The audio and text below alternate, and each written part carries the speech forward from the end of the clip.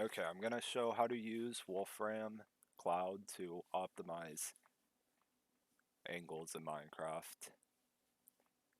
So first I'm just going to show how to use the program and what it does. So I have a template here that's just max C4.5 pane to pane. And these are the results it outputs. The first thing at the top that I'm hovering over is your chords on each tick. Below that is just a graph. And then everything below that is angles, and then angles but with only 3 decimals, and then below that is pretty much the angles you enter into MPK, except you might have to add 45 or subtract 45, or like 17 degrees if you're doing with the law to the angles before you enter them into MPK. So what the program is doing is it basically just, this is the main part of the program. This is okay, it's a minimizing function, and what you're minimizing is f. So you're trying to get the x coordinate on the 13th tick, because n, okay, so this is just choosing a tick. N is the tick, and n equals the length of this array. I forgot the vocabulary for it, but this is 12 elements long, so n is going to equal 12, which means this is optimizing for the 12th tick, and it's minimizing the 12th tick on this graph. So basically what that means is this point is going to try and be as far left as possible on the x plane, because it's optimizing for x. And then all these h things are constraints that the program has to follow, which would represent the jump. So here would be where you make the constraints. And since this is pane to pane, and a pane is 7 pixels away from a block, you have to travel 7 blocks to the right before you can start going left at all. So you have to pass the first blockage, and then after some ticks, you still have to be greater than 7/16. You still have to be further than the block, so you're not inside the wall before then. And then this is just saying you have to be past a certain point on the z-axis to actually pass the blockage. And that's the most basic this can be. Here are just stuff that represent like parts of the formula. So if I go to the MCPK wiki,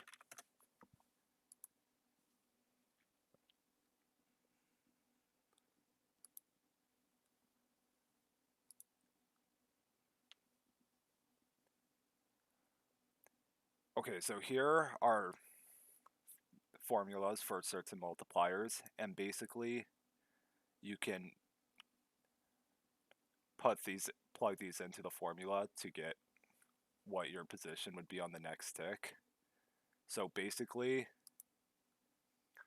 IMUX is what you would get from solving this part of the formula before the addition. If you multiplied all of those multipliers, that's what you're entering into there. This isn't really important unless you're doing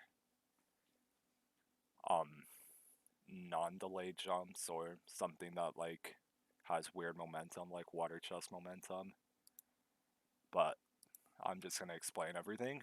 And then MMU is basically everything after the addition sign, besides the trigonometric functions. That's the angles are basically f. And then this part you don't ever have to edit at all, but this is just the formulas basically where it does the calculations. In it, is the speed, and I'll show this real quickly in game. This label is very important for doing jumps because it tells you your speed and the direction your momentum is going in. So if I do maxi 4.5 on run tick, the tick after I run, it says my speed is 0.31694. I just rounded that up to 0.317, and that's what I put in here. So in it is going to be the speed of the tick after you run for delayed jumps. And then everything here isn't really that important because it either comes out down here. The only thing that, or you just enter some stuff in here. You can ignore the rest. You don't have to edit anything, except this part is not required to edit, but it's useful because if I make paint to paint in game,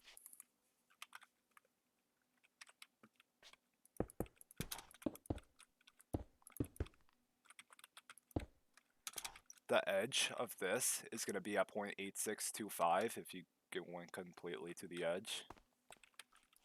And it just makes the coordinates here make a lot more sense. And this is basically just choosing a point you know is going to be completely optimal, so it can actually give you chords in the program that are accurate to what it'd be like in game. And so it can decide on a basic point that it optimizes around. It's the same here, but this one's a little less important since you won't really be looking at the Z chords. So now to explain what everything means on this part. So if you look here, you can see that there's 0.8625. To see if you landed the jump, you would just check the final tick and see if it's less than what it should be in game. So if we go to the landing, it's at 0.8625, and to the left of it is less than 0.8625. And since this is 0.8574, it means we landed by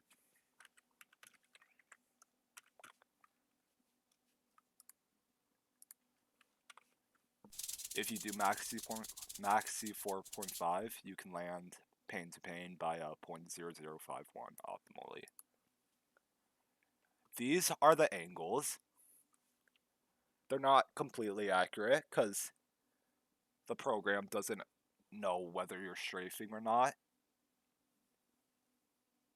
And it doesn't, well, it knows if you're strafing here, or actually here, because these, if you're not strafing, these would be 0.02548.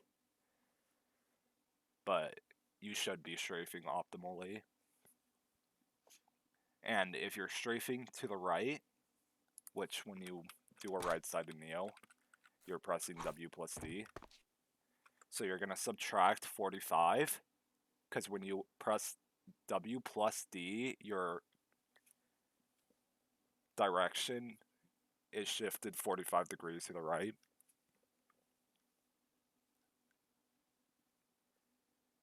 So if I go to Desmos and I put in the angle and subtract it by 45, this means the optimal angle to perform the strat at is 18.585. So I'll just try and find the chords real quickly.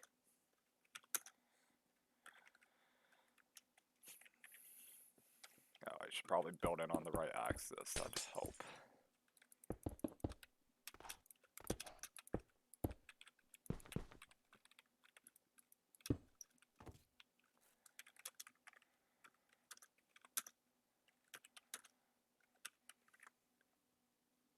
$18.585.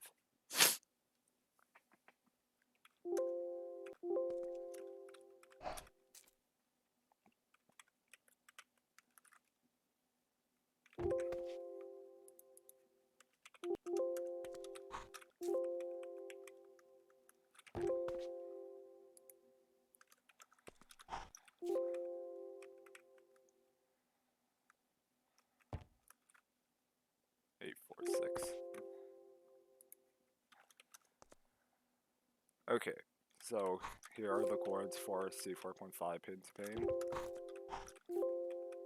And if I make the macro,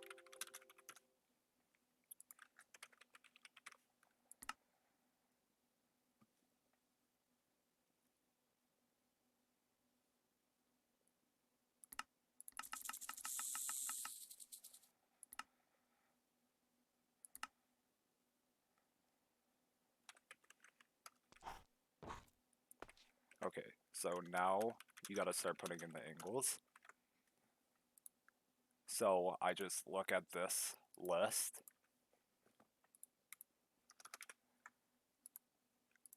I'll just do it from here. So it says you need to turn 61.984 degrees to the left, but you actually do 45 less because you're strafing to the right on that tick. So minus 61.984 plus 45. Okay, so we put that angle in there. And if I just really quickly do this, if you look here, it says my jump angle is 1.6, and in here it also says 1.6. So that makes sense. And then here it says negative 57.21, but that's assuming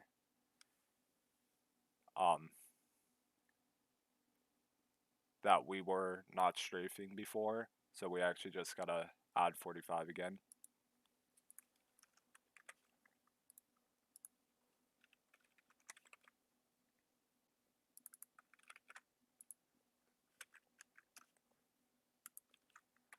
And then the rest of the angles we can just copy in manually without having to do anything.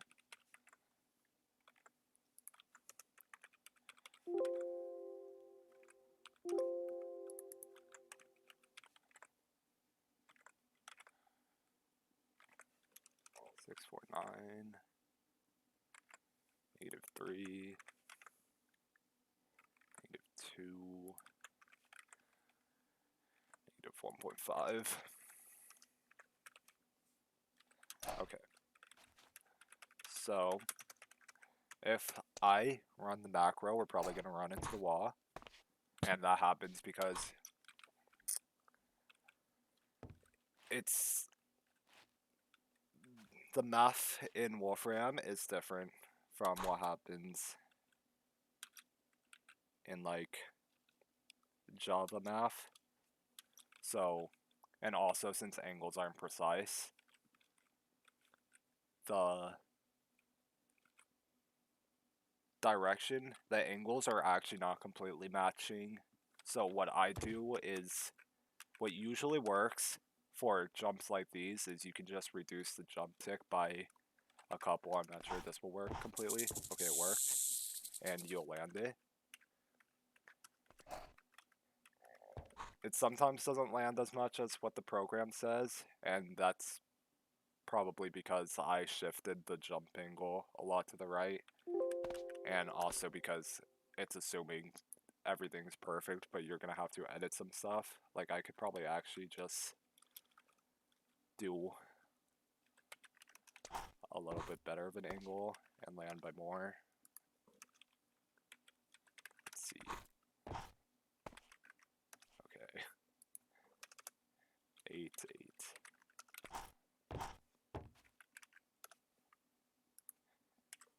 9, 5. Okay, yeah, there. It landed by a lot more. So that's how you enter the angles and do basic stuff. So now I will move on to inertia.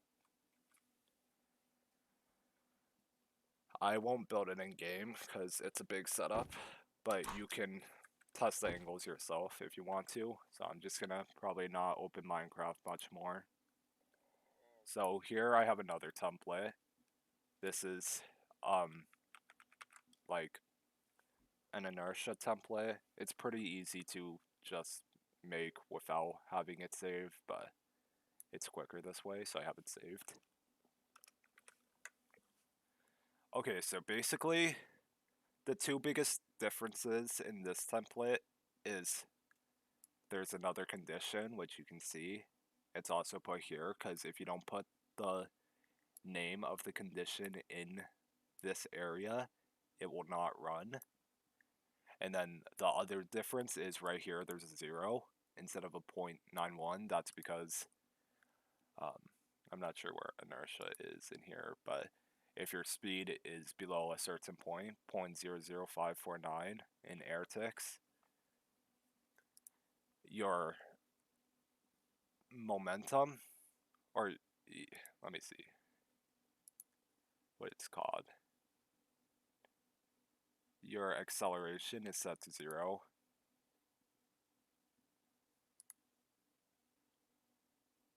No, your momentum is set to 0, and then only your acceleration is added onto that.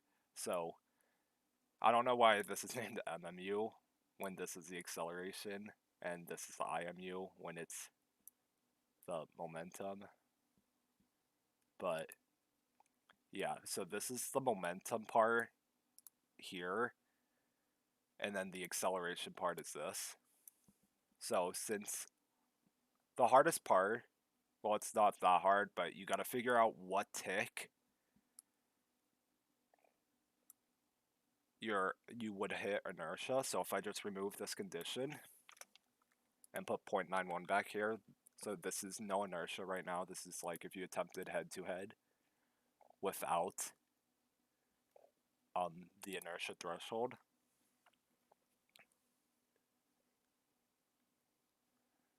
You would see that you can land by 0.004 theoretically with this speed, but you can land by more if you use inertia, and it also makes the jump much easier. So if we look here, to figure out if a jump might need inertia, you just look at each X chord, and then you look at the differences between each, and you look for it to be a small difference. So once we get to here, we see that 1.34 is pretty close to 1.36, and without needing to use a calculator, it's pretty obvious that that is below the inertia threshold. So now you just gotta count where inertia is being used. So you start counting from 0, 0, 1, 2, 3, 4, and 5. These are on ticks 4 and 5. So you are going to have to subtract ticks 5. This is saying on the X chord for tick 5 and the X chord from tick 4. If you subtract them, they need to be less than the inertia threshold, or else it won't work in game. So that's what this condition is saying. And then what I do is I look at the smallest number, and then you just start counting up again. 0, 1, 2, 3, 4, and then you set that to 0. And then you should be good.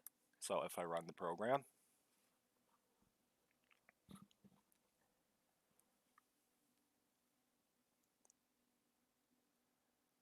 here we can see that we still start at the same spot, but now we land by 0.0207. And now you can just plug all these angles in. You might have to adjust it a little bit, because sometimes you'll miss inertia in game by like 0.00001. So what you do is you just turn in a little more before you would hit inertia, and then after you hit inertia, you turn out a little bit more, and then once you pass a wall, you turn back in fully. And they'll make it so you don't have to worry about hitting the constraints. Or alternatively, you can just add or subtract a little bit. So it doesn't really matter for here, but for inertia, you can just subtract like 0.001, and then you will have no problems hitting inertia, because you'll definitely be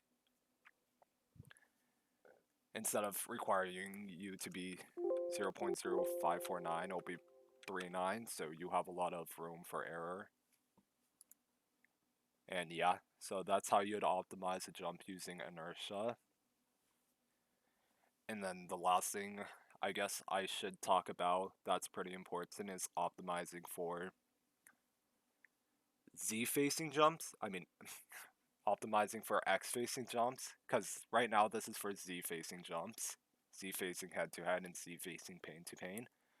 So, I've talked about this already, but this is lowering the X chord on tick N as far left as you can, so it's minimizing it as much as possible. So if you wanted to make it accurate to a Z-facing jump, let's say we had X-facing pane-to-pane, like I built earlier, and you're doing it right-sided, right? So you're gonna want your chord, if you look at my Z chord, you want it to be as low as possible. So what you're gonna do is you're gonna minimize the Z chord at tick N to be as low as possible. And if you were doing the jump left-sided, if you wanted to optimize it left-sided for some reason, you can just change this to a maximize as long as you're being careful on whether you want to increase your Z chord or whether you want to decrease it. Increase. For X chord, you gotta flip it because the axes are fucked up in the game. So if you want to minimize it, you actually are gonna want to increase your chord in game, and if you want to maximize, you go downwards. Like in game, it looks like it's going up, but in the program, you're actually minimizing it. So that's something to be careful of. But okay, that's not all you have to do. You can't just change the X to a Z, because also the ticks are different. So like for Z facing, you can pass the first blockage a tick earlier, and then you can also you need to wait an extra tick to pass the second blockage. But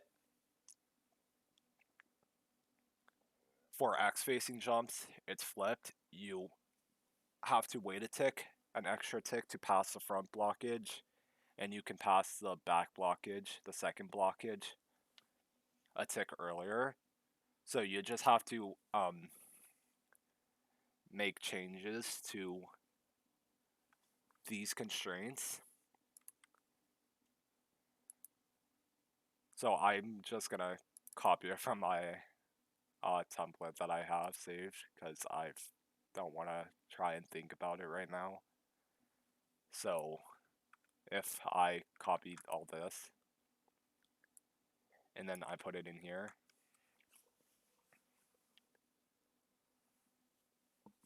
and I put the speed here. This is the speed from, I think, 2 jumps of momentum, because I was doing X-facing pane-to-pane.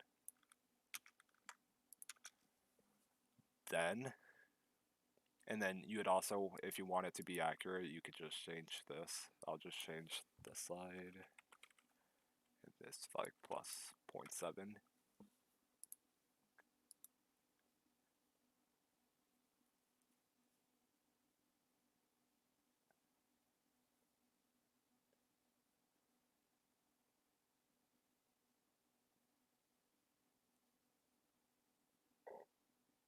Okay, this is quite the issue. I will just copy and paste this template in fully.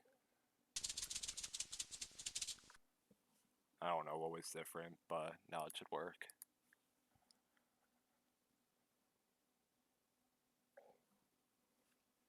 Okay, so now it's trying to bring the Z chord as far down as possible, and you're just gonna look at the Z chord now, and you can see that I land by about 0.004 something, and the angles are still here. The change is fine. You might still need to add or subtract 45, but yeah, that's how you do that. Okay, now I probably should have done this after the first one, but I didn't, so that's just how it goes. If you want to optimize something that's not pain to pain, you're going to have to change these M values. These M values are the ticks you pass each blockage at. So, for pain to pain, if I build a pain to pain right here, you're going to pass, let me see where I save the chords.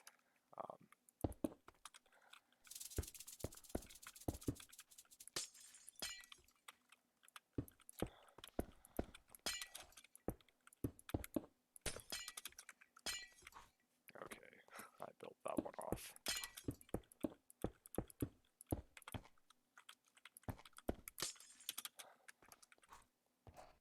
Okay, if I use Sheet Engine and slow down, okay, so the first tick, or the 0th tick, is at 0.8625 on X. And then next tick, your X is not past the wall yet, so this would not be an M equals 1 jump. Okay, second tick, you're past the wall, which means this is likely an M equals 2 jump, because you pass the blockage on the second tick. And if we keep counting, 3, 4, 5, 6, 7, 8, on the 8th tick, we're only slightly in front of the wall. So that means this is an M equals 8 jump. Now, you probably won't have a strat and the optimal angles if you're trying to use wolfram. So what you do is, let's say I just randomly chose some numbers. What you would first do is you'd run the program, and then you would compare it to other jumps you know. So like almost all Neos that go from thin cobble wall length to head-to-head length are going to be M equals 2. So you would just do M equals 2. Okay, and you'd look at this, you'd see that you missed the jump by a lot. And if you plug this in and you miss the jump by less, that means you're getting closer to the right M. So I think now I'm missing it by slightly less. So maybe you want to lower it one more time to be safe. But yeah, first of all, I'm getting a ton of errors. So that means it's probably not correct, because you can't. If you look at 7/16, you're basically trying to go 0.4375 blocks in one tick, but your speed's only 0.317. So there's no way you can do that in one tick. So you already don't need to try. And also the program says you're missing by more. So now you can just stick with 2. But now maybe you try lowering M2 a bit. So I go from 9 to 8. And I see that this makes it. But to be safe, I go down one more time.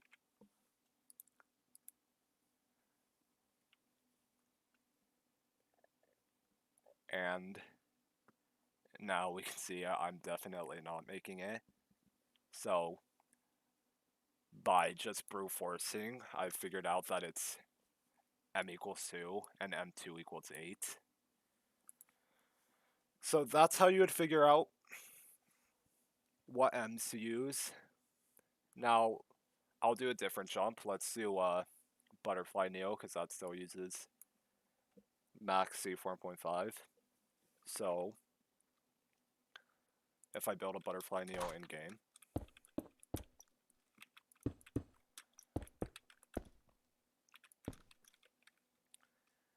a short pane, as you should probably know, because head-to-head is a head is the same as a pane, and head-to-head is 8 pixels.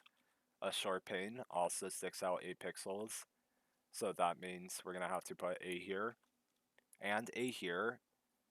Do not, like, let's say we're doing a butterfly to cobble wall minus 0.5.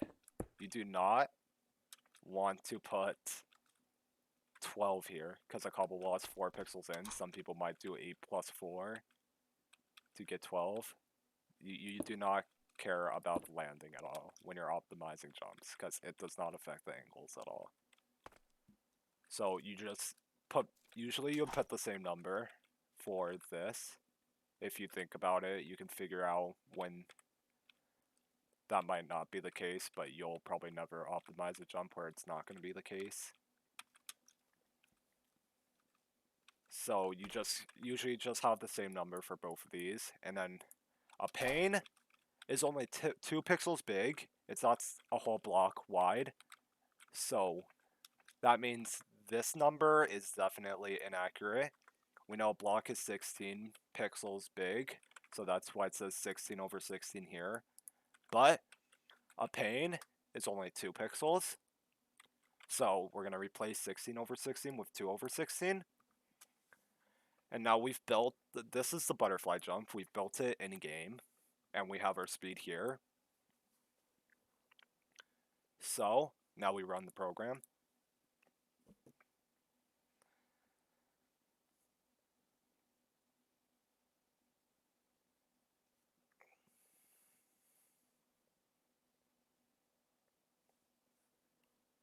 I forgot to add something, but okay.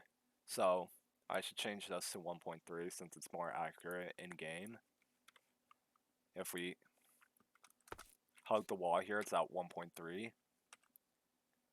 And if we hug the front pane, it's at 0.8625. So I'm just going to put plus 0.8625 here.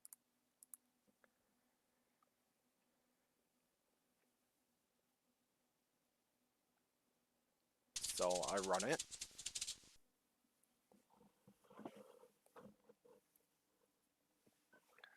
Okay, so we see this is 1.3 and this is 1.372, and if you look at the graph, you can clearly see we're not making the jump.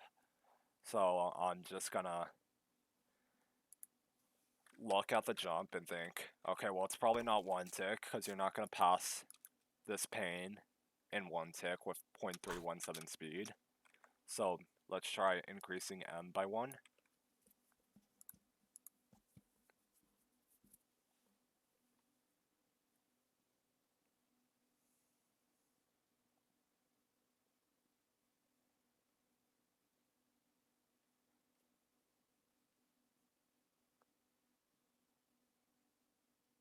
Okay, so now it's 1.361.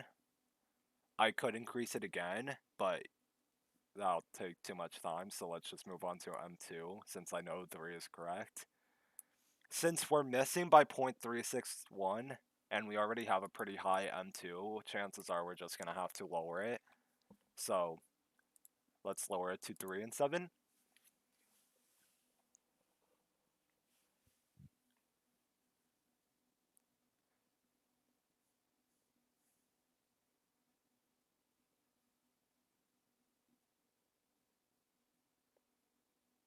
Okay, so now we're landing by 0.03. But maybe we can do better, so let's lower it one more time. Also, we know we should be able to land to chest, so we likely can do better.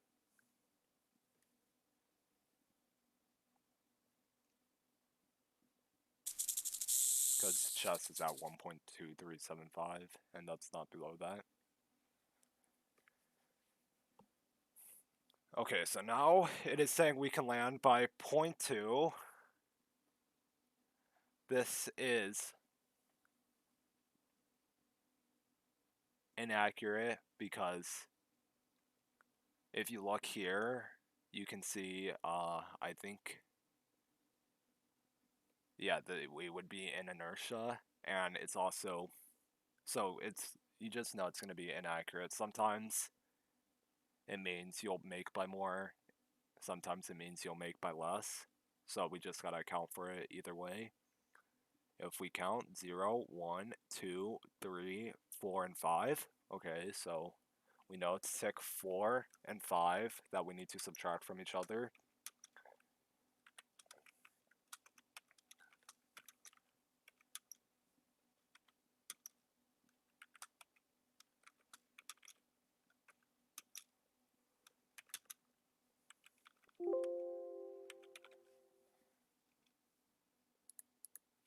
and then we can also count from the lower number. 0, 1, 2, 3, 4. We make this 0. Also, by the way, if it was a X-facing jump, you would do this, but on this one.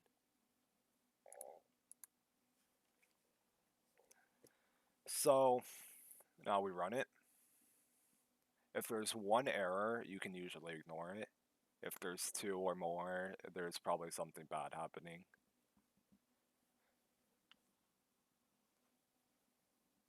Okay, so now it says we can only land by 1.215. Now, alternatively, if you know the D10 jump, bfly to cobble wall minus 0.5, you probably have heard you don't want to hit inertia, you want to skip inertia. So what you would do is you just remove inertia here, and you would, instead of trying to be less than inertia, you want to be even more less than the lower bound of inertia, which is negative 0.00549, because you're going inwards and you have negative speed if you look at the top. So that's why I added a negative in this condition. And you still want to keep H4 because you still have the condition. So if I run it,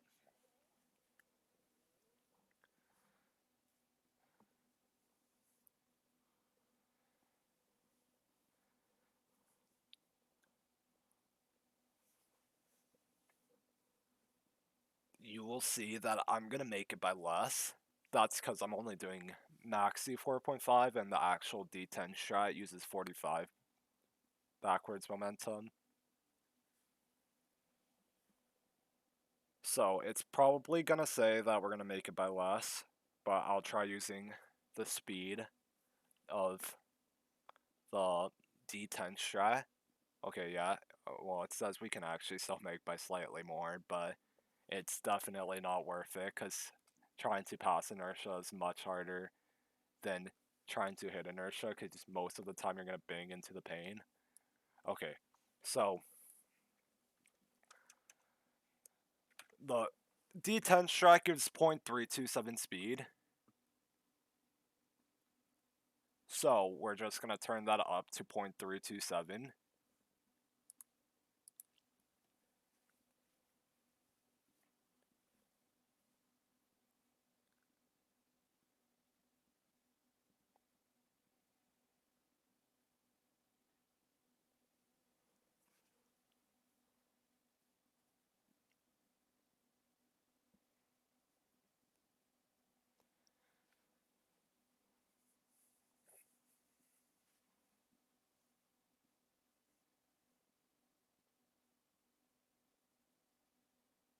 Okay, there's one last thing after this loads that we're going to have to do, since bfly to cobble wall minus 0.5 is down one tier, and right now we're only optimizing for the 12th tick instead of the 13th tick, which it should be since it's down one tier.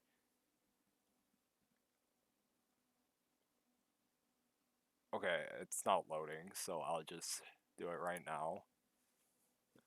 You would just add an F12 here, and then you would add one more of each of these onto each array list thing, and then it should optimize for okay, yeah, here it says we land in normal bfly by 0.2 if I'm rerunning it with an extra tick now.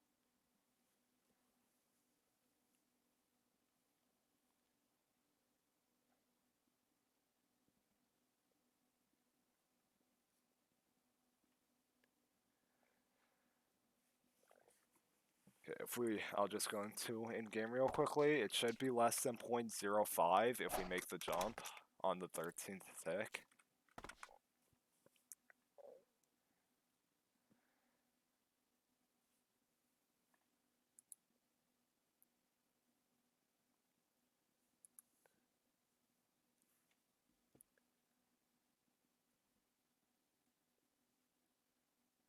Okay, I think I forgot to run it, so hopefully it'll work now.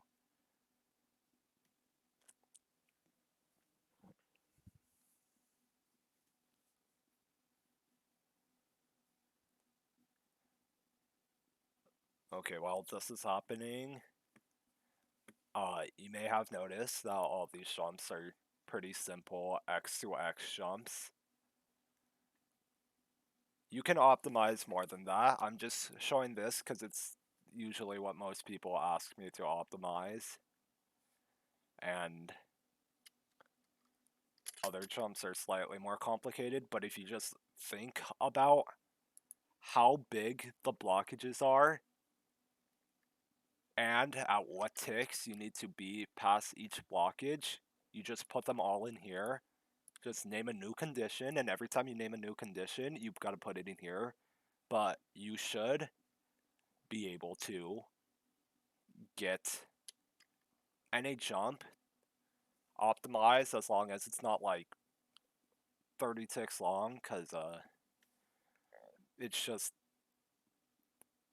this version. If you don't have the full version, it only can go like 16 or so ticks. It can go a little more, but it can't do that many ticks without being completely accurate. Like if I open up one of, okay, well here it's loaded, so we see that we make it by 0.014 now that we have passed inertia. So that's all the jumps I'm gonna show now. Like, I'll just open some of the templates I have.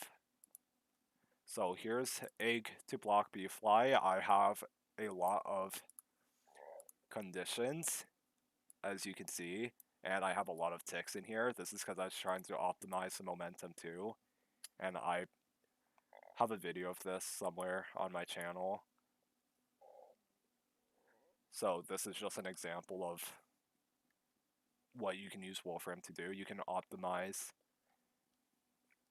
the momentum of jumps too, and uh, this one's really scuffed because I didn't, or nah, this one's fine. This is like an example of an S-Neo. You can ignore these conditions. This is basically because there's a 0.4 gap in between S-Neos, but there's a way to do it. Here's an example of a water chest jump. I think it's Rad's bfly. If you look at this tick, I have 0.8 here because the multiplier ends up being 0.8. If you're doing a ladder catch jump, what you do is you just spam these ticks and you'd optimize the Z chord and you'd set a constraint to make sure you landed on X, but you just want to minimize Z so you stay on the ladder, and then you just spam a bunch of these. You gotta make sure you have the times 1.3 on the first one though, and there's an extra 0.02 here because this is like double shifting. But once you get to the third tick, you just start copy and pasting them. And yeah, here's an example of a non-delay jump. Usually you just replace the first, like normally. Okay, very cool. I'll just open up this. This is 0.0546, 0.0546, but since this is a wing triple, this is 0.91, 0.0546, 0.91. You can figure these out if you just read this a bit. When I first started optimizing jumps, sometimes it'd take me like a couple hours to figure out some what seemed like pretty simple stuff. So, but eventually you just get really good at figuring out everything. So, if you have any questions, you can ask me on Discord, but I think you should just try and figure them all out yourself, unless it's taking a really long time, because you'll just get really good at optimizing jumps if you just try and figure it out on your own. Okay, that's all for this video. Maybe in the future I will show how to use Excel, because that's what I use to optimize inputs as well. You can probably do that on Wolfram, but you'd probably need the full version since it requires a lot more like work on the computation side, and Excel just has more of that since I had to, since it's not a free version, I guess, so it's just they give you more. But yeah,